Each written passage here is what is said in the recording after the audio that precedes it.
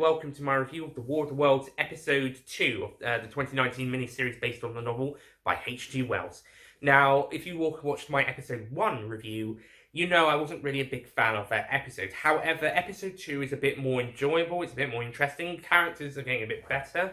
Amy and Frederick's relationship as sister-in-law, brother-in-law thing, it's getting a bit better as we go along through the story, as the aliens get closer and closer to killing lots of people, and George has to kind of fight against one of them at one point. He's kind of forced into it by a guy who points a gun at him. Dude, you're fighting aliens who are massacring your people. Do you honestly want to cause a bigger body count by killing your own people? It's not even cowardice. George isn't even being a coward. He's trying to find someone. You're just idiot. Okay, but okay, that bit's probably the only bit I didn't like. The rest of it's pretty good. With the black smoke thing, I actually didn't know if that killed anybody in the original book, but here it does sort of cause them to die or something. Not quite sure, but it does. Somehow it does, and now with the aliens tripod death rays, it does focus on people they can see or hear, and then it's able to kill people. There's actually a pretty nasty bit where they kill a baby, just because.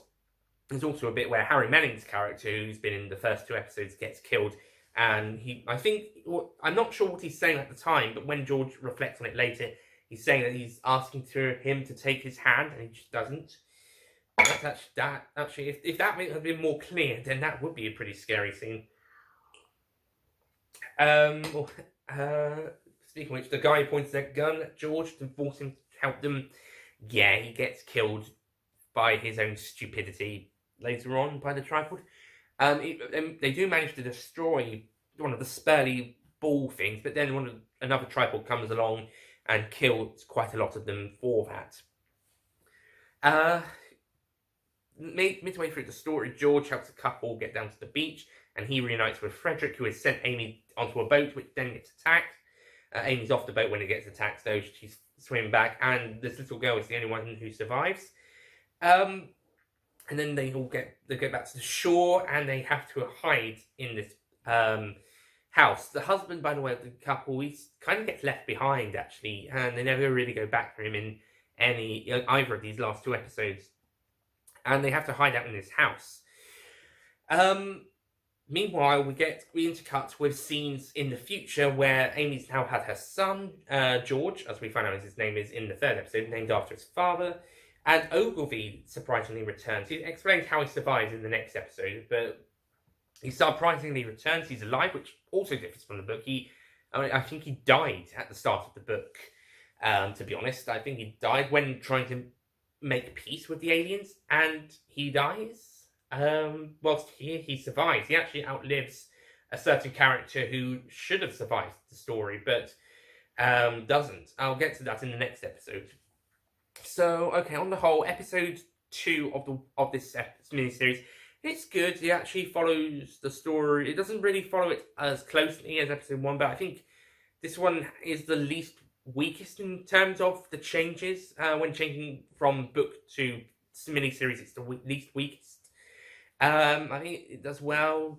That's good. And I think as a standalone episode, it does a good job, more or less. I think it's pretty decent. There's some not so good bits, but I can overlook those. And on the whole, I think it's a pretty good episode. So I'm going to give this one an 8 out of 10.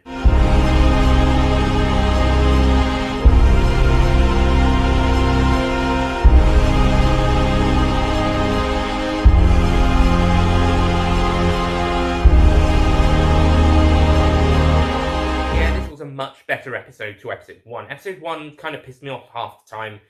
But this one, I think, besides a few problems I had, I think it's a pretty good episode. So, yeah, okay, moving on to episode 3 next. Thank you for watching this review. I'll see you guys next time. Goodbye.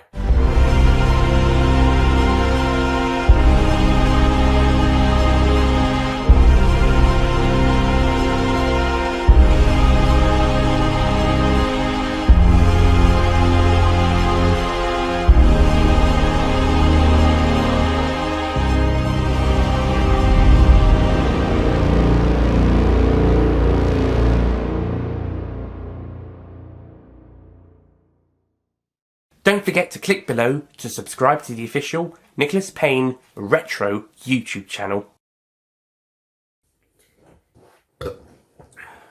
Oh, blimey, this was 4 minutes.